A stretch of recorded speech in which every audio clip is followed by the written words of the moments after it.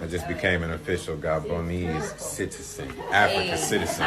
My daughter just became a citizen. Mama, did you become a Gabonese citizen, Mama? Hold on. Mama. Let me get my passport. Oh. Cadis, did you become an African citizen today? Gabonese citizen. Wow. The whole family. Whole family. Oh, yes. Africans. Ladies and gentlemen, land, exercise, that's a universal language. We are the most resourceful and creative people on earth. Look at this.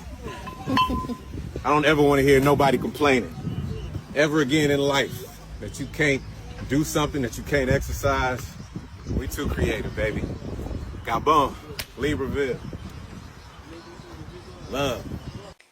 Hi lovelies, welcome back to my channel. If you're new here, my name is Belinda Verse or Belly Dirt channel. Don't forget to please subscribe to this channel, turn on notifications so that anytime I upload videos, you will be the first person to be notified. To my returning subscribers, to those people that share my videos, leave commentaries, and educate each and every one of us, you guys are the real MVP. So lovelies, I'm gonna be your today's host, and I have so many stitches to put up here, and we are gonna come up to talk about it.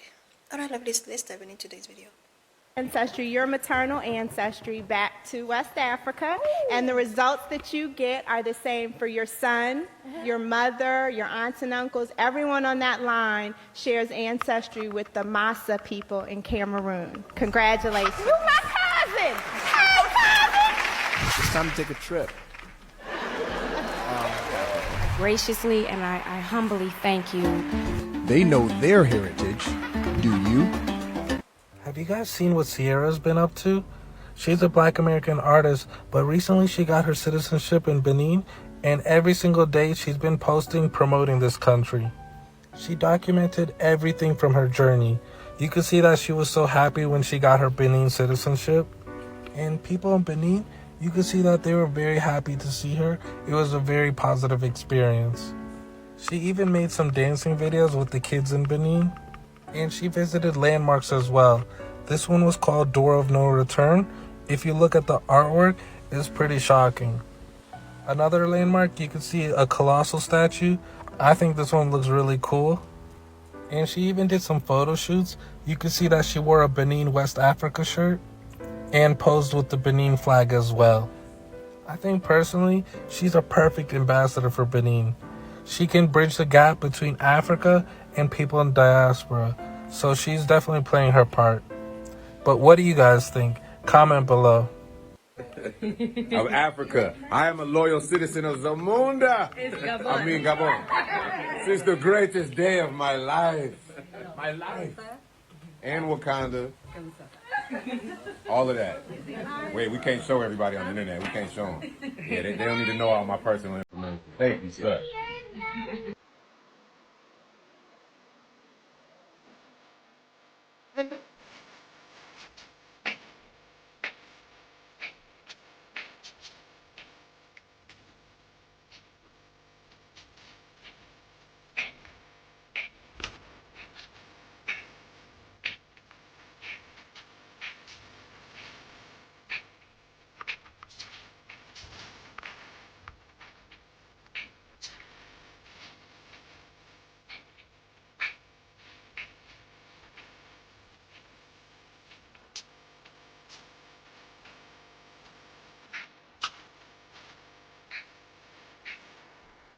It's interesting to see people's reactions about Jay-Z and Beyonce moving to the UK or buying a property there. Because as someone who has residency in another country outside of the United States, I literally have been saying it on my platform that you need an exit plan or exit strategy if that's something that you can do. In April of last year, I literally did a video where I was talking about how wealthy people are getting multiple passports. And not because they have ties to any places, but because they have the money to get the citizenship elsewhere. And I got some pushback to where people was like, it's not reality for everyone, which we know that, but it's definitely not reality if you don't have your passport. And so as a result of a lot of the videos that I did about talking about my experience of living outside of the United States, I created my own passport initiative to pay for people to get their passport. I had a goal since January of this year to pay for 100 Black folks to get their first passport. And I had 10,000 people submit to that, but I did not even make enough to fit my goal. So yes, while I know talking about the experience of just getting up and go is not going to be everyone's path, I at least tried to make it more real by getting people one step closer by getting their own passport. These videos of Ludacris,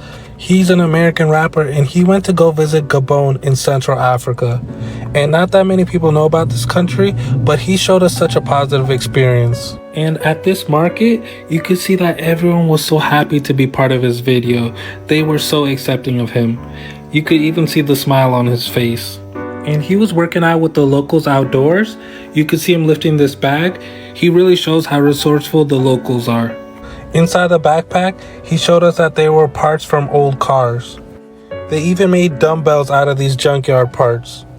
And he was just enjoying his time. He was not at a fancy resort. He was playing soccer with the local village kids. What do you guys think about this? Because I really like these videos. Even if he was just there for vacation, you could see that he went with an open mind and it was such a positive experience. Instead of focusing on differences, he went there and he united us. But let me know what you guys think about this. Comment below. Did y'all know that melanin is more expensive than gold on the market? I bet you didn't. Melanin can be as high as $500 per gram. Now let's look at the price of gold. As of today, gold is $108 per gram. That is significantly lower than the price of melanin. Why, you ask? If you're new here, my name is Renee and I love to give free game. So let's get into it. Melanin can be used to conduct electricity and protect against harmful environmental factors. It's also used in bioelectronics, creating sustainable materials, and developing medical devices. To my melanated kings and queens, melanin is so powerful. It helps you hear sound better. It helps you smell, taste, feel. It even helps you regulate stress. It's tied to our intelligence. Our melanin allows us to be regenerated and powered by the sun. You are powerful. And this is the reason why we are targeted. Don't forget that. It's not just, oh, you're black, oh, we don't like you. There's a powerful reason behind it, and this is the science behind it. They don't tell you, but they need us for everything. This video is for any black person quite literally anywhere in the world does not already have an African citizenship. Right now, Benin is doing this thing called the My Afro Origins Law, where if you can prove in some way in your DNA that you have some African ancestry from the transatlantic slave trade or any type of slave trade where your ancestors came from Africa and were taken to a completely different place, you can get Benin citizenship, therefore having you African citizenship. That's super cool. So there you have it. I have gotten numerous, and I mean numerous, messages from people asking me how they want to start moving to Africa. They want to start moving to Africa. There you go. There you go. All you have to do is get a DNA test. You just need any percentage of African in you. Get a DNA test which will prove, once you show your DNA, you don't have to be from Benin. You just need to be from any part of Africa. That's what Ciara used to get her citizenship. That's literally the exact same thing that Ciara used to get her citizenship. I think it's Ciara, right? Yeah, I believe it's Ciara, but some very big name female artist recently went to Benin and got her citizenship, and that is exactly what she did. So get a DNA test, hit up the Republic of Benin, B-E-N-I-N, not the city in Nigeria, the country Benin. Hit up Benin Republic, any of the embassies, contact them and say, hey, I did my DNA test and I am looking for a path to citizenship. You know, just reaching out, can you let me know what the next steps are?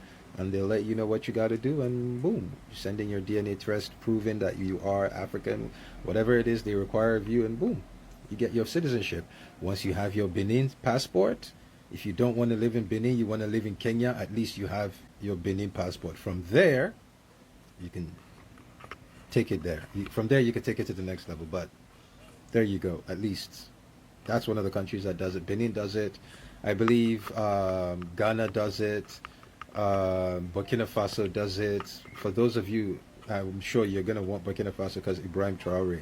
Burkina Faso does it. So there are a few African countries, but you're just going to have to prove that you are indeed African. Of course, you know, you nigga Indians, y'all can have your country. Because I know Charlie Kirk died and they tried to come for your school. So you wanted us to leave you and your whites alone. We're going to leave y'all. There lies the fucking problem. There lies the fucking problem that A lot of y'all fail to understand the difference in between black as an ethnic group and black as a race. Black Americans, we're one of the few people that use black to refer to our ethnic group, not necessarily our race. And I'll explain because that sounded kind of vague. Let me explain a little bit better.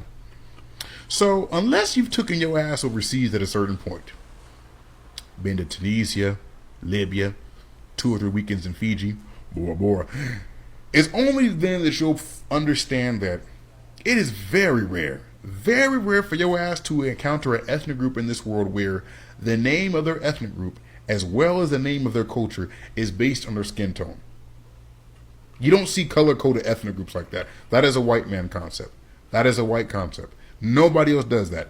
The Itoke of Fiji do not do that. The Yoruba of Nigeria do not do that. The Nuba of Sudan do not do that. The Sikhs do not do that. What are my boys' names?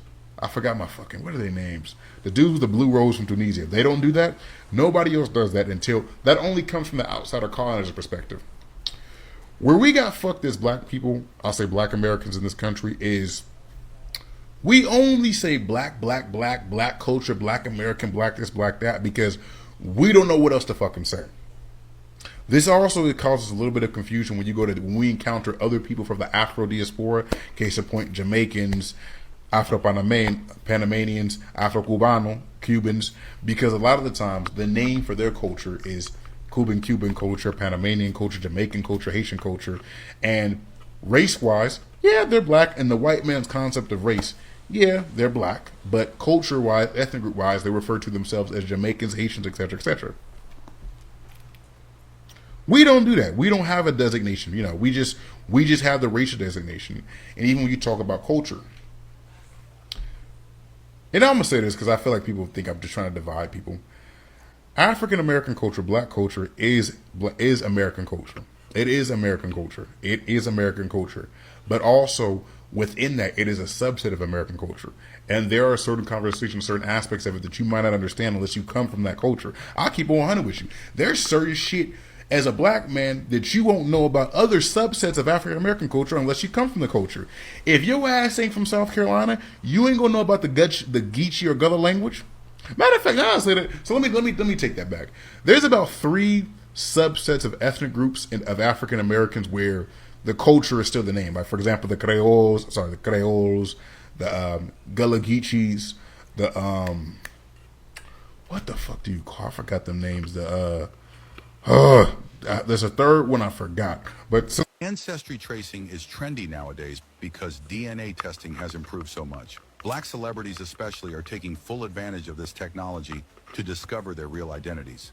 So in case you missed it, here are 10 black American celebrities who have traced their African roots or acquired African nationality. Number 10, Chris Tucker. Celebrated actor and comedian Chris Tucker took a DNA test that revealed he is 83% sub-Saharan African, 10% Native American, and 7% European.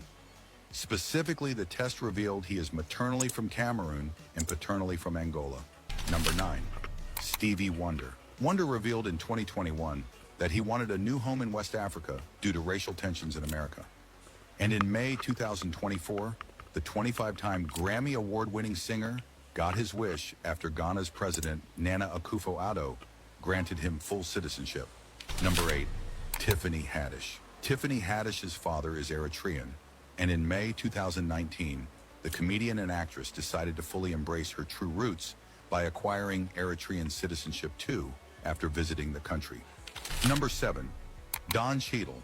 In 2011, MCU star Don Cheadle shared the fascinating results of an ancestral DNA test.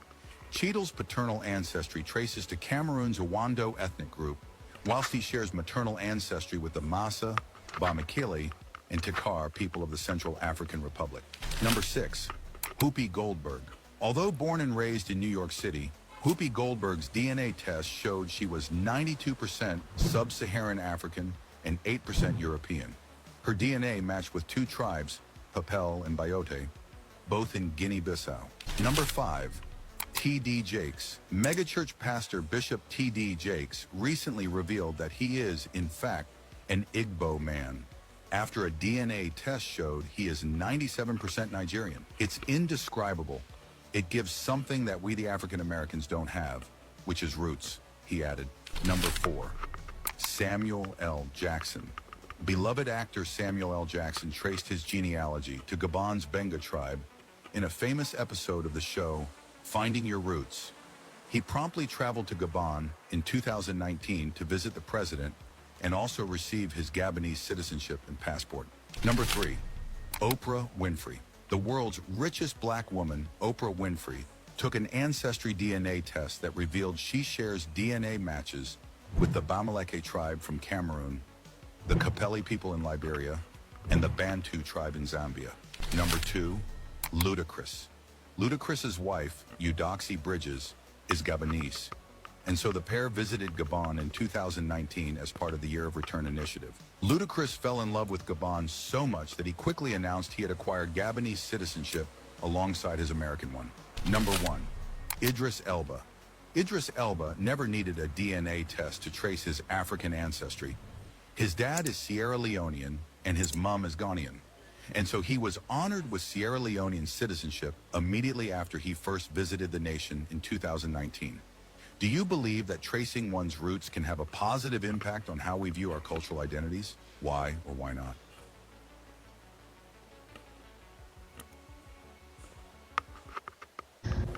I know that the Pretendians are going to be upset with me, but as an African American, a Black American whose family has been here for centuries, I do not believe that I am indigenous to North America to any large degree.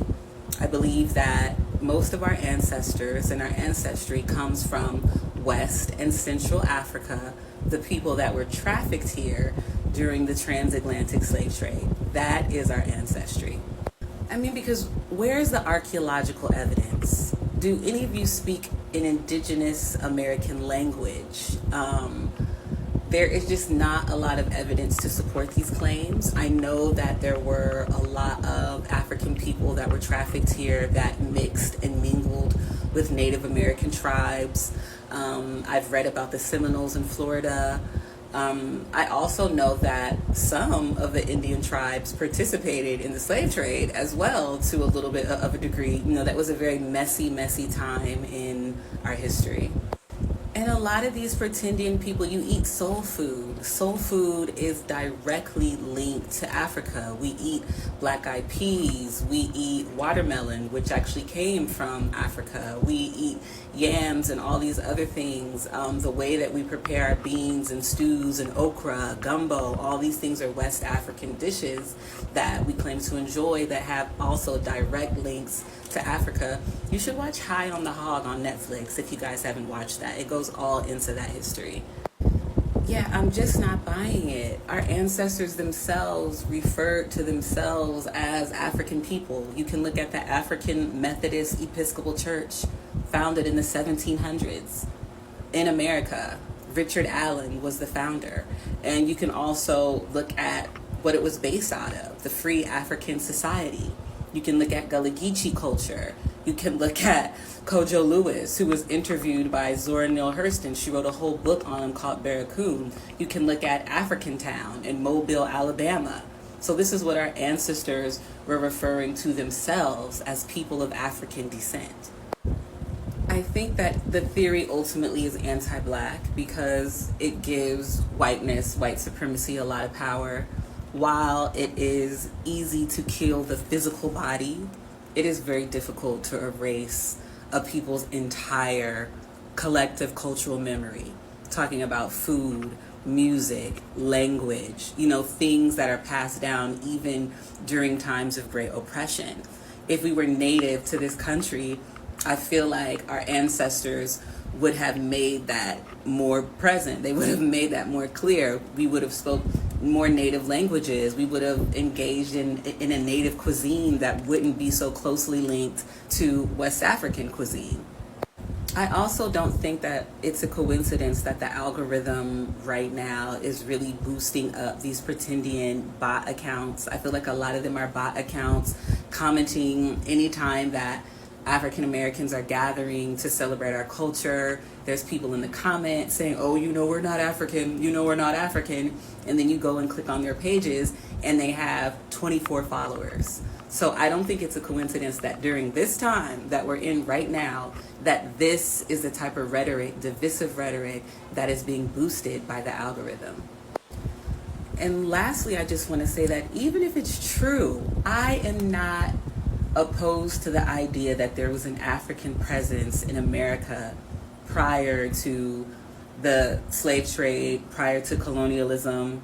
I'm not opposed to that idea, but let the scholars deal with it. Let the people that actually study these histories and research these histories dig it up, and also let it be, I feel like it's being muddied by so much anti-Black, we Indians, we got good hair, blah, blah, blah, that we can't even get to the crux of what was actually happening and the possibility that there could have been an African presence, small one, but there may have been an African presence in America prior to colonialism. I'm not saying that that didn't happen, but I still don't think that those people came here in the amount of numbers that would therefore create a significant ancestry and supposedly forgotten indigenous culture for Black people here in America. Like, it's silly. So if you want to be indigenous, if you want to deny an African ancestry, you can do that. But I want those people to leave, those of us that are Black American, that acknowledge our African ancestry, that are proud to be people of African descent, just leave us alone. Go do the indigenous parade, go have the indigenous functions, play indigenous music, speak indigenous languages that are not associated with what our ancestors built here, who largely refer to themselves as African, from Paul Robeson to Malcolm X to a lot of our great thinkers and scholars. We have been known that we're people of African descent. All I'm asking is that you leave us alone, okay? Thank you. What are we seeing right now with Syria? A Black American artist taking up citizenship in Benin is much bigger than just an individual decision. This is part of a wave, a cultural and political shift that is connecting the African diaspora back to the continent in real ways. Siri didn't just visit, take pictures and fly back. She documented her entire journey of becoming a citizen of Benin. The joy on her face when she received that certificate was priceless. It wasn't just a symbolic, it was a recognition, a spiritual reset, a declaration that Africa is not some faraway land that we only read about in history books. For her, Africa is home. Now, let's really look at what she's been doing. She didn't just stop at her personal celebration. Every day since, she's been posting content promoting Benin. She's showing people the culture, the food, the music, the children, the dance, and one of the most powerful things she did was visit the Door of No Return. For those who don't know, the Door of No Return is a landmark symbolizing the point where millions of Africans were taken through, forced onto slave ships and sent into centuries of generational trauma and separation. For a Black American to stand there with citizenship in her hand, with a camera documenting the moment, that is history cycling back. That is healing. And she didn't stop there. Siri visited the colonizer statue. She wore the Benin West African shirt. She carried the Benin flag. She didn't hide her pride. She made sure her audience knew, this is who I am now, and this is where I come from. In a way, she has become an ambassador, not appointed by the government, but appointed by the people who see her as proof that the bridge between Africans and the diaspora is not broken. Now, when you put Syria's journey side by side with the conversation around Jay-Z and Beyonce possibly moving to the UK or buying a property abroad, it sparks a much bigger dialogue, because this is not just about celebrities making moves. This is about exit strategies, citizenship, and survival plans. Wealthy people, especially celebrities, know something that the average person may not be paying attention to. They know the importance of mobility, they know the value of second passport, they know that if things is one country collapse, if politics become hostile, if the economy goes south, they have the power to pick up and go elsewhere. And that is not paranoid, that is reality. In fact, I have been saying it for a while. You need an exit plan. You need an exit strategy. It doesn't mean you don't love your country. It doesn't mean you are abandoning your roots. It means you are protecting your future. Jay-Z and Beyonce, if the reports are true, are simply doing what wealthy people have always done, diversing not just their investment but their lives. Now, here's where it gets interesting. Some people push back whenever we talk about this. They say that is not realistic. Not everyone can afford to buy property in London. Not everyone can just pack up and leave. And that is true. But let's be honest, it's not realistic if you don't even have a passport. That is the first step. That is the foundation. That is why the passport initiative created earlier this year was so important. The goal was to sponsor 100 black flocks to get their very first passports. The response was overwhelming. Over 10,000 people applied, but here's the sad reality. The funds wasn't enough to meet the goal. That tells us two things. First, there is a deep hunger in black community for international mobility. People want the option, even if they never used it. They want the ability to move if they have to. Second, it shows us how much economic inequality exists, because the simple art of applying for a passport, something many in wealthy families take for granted, is out of reach for so many. So when Sirius shows herself smiling with her Benin citizenship papers, is not just entertainment, is inspiration, is aspiration, is blueprint. And when Jay-Z and Beyonce makes headlines about moving abroad, it should not just be a gossip, it should be a wake-up call. Let's also remember, passports are not just for travel, they are for protection. A second passport is an insurance policy, is a backup plan. In times of war, in times of political unrest, in times of economic collapse, that little book can be the difference between safety and danger. And history has already taught us that no society is too stable to fall apart. Now, let's go back to Siri's choice of Benin. Why Benin? Because Benin is one of these countries in West Africa that has opened doors to African diaspora. Countries like Ghana, Sierra Leone, and now Benin are saying, come back home, reconnect, belong. For people who descend from those taken in the transatlantic slave trade, this is not just tourism, it's restoration. When Siri dances with the children in Benin, when she wears the flag, when she posts the culture, she's rebranding Africa to her audience too often. Africa is painted negatively in Western media. Poverty, war, disease. But Siri is showing the other side. Joy, pride, culture, beauty. And that is powerful, because when people see that, it plants a seed. They start thinking, maybe I can visit, maybe I can invest, maybe I can even live there. And this is where the bridge gets stronger. Because Africa needs the diaspora, and the diaspora needs Africa. Africa needs the diaspora skills, money, and visibility. The diaspora needs Africans' land, its culture, its grounding, its sense of belonging. Together, they can create something that either side can fully do alone. Now, here's the reality check. Not everyone will be able to move to Africa. Not everyone will want to. But everyone can learn from Siri's move. Everyone can learn from Jay-Z and Beyonce's strategy. The lesson is simple. Think beyond the borders you were born into. Don't let the system trap you into believing that you only have one option. This is about sovereignty, this is about freedom, and in a way, is about reversing the effects of history. The slave ships took people away against their will. Now, centuries later, their descendants are returning by choice. That is powerful. That is revolutionary. So when people laugh, when people criticize, when they say, oh, that is not for everybody, just remember this. It's not supposed to be for everybody right away. Movements start small. They start with ones who dare. And Siri dare. She crossed the ocean not just physically, but spiritually. She said, I am not a foreigner here, I'm home. And that is the message more of us needs to hear. Africa is not a vacation spot. Africa is not just for safaris and Instagram aesthetics. Africa is home, and for those in diaspora, getting a passport, investing in property, building connections, these are all steps toward reclaiming what was taken. The conversations around Jay-Z and Beyonce shouldn't be reduced to gossip about real estate. It should be understood as a signal. The wealthiest among us are making moves. They are securing their options. The question is, what are the rest of us going to do? Maybe you can't buy property in London. Maybe you can't fly to Benin tomorrow. But maybe you can save for that passport. Maybe you can take that first trip. Maybe you can support initiatives that help others to do the same. Because every step matters. Every passport matters.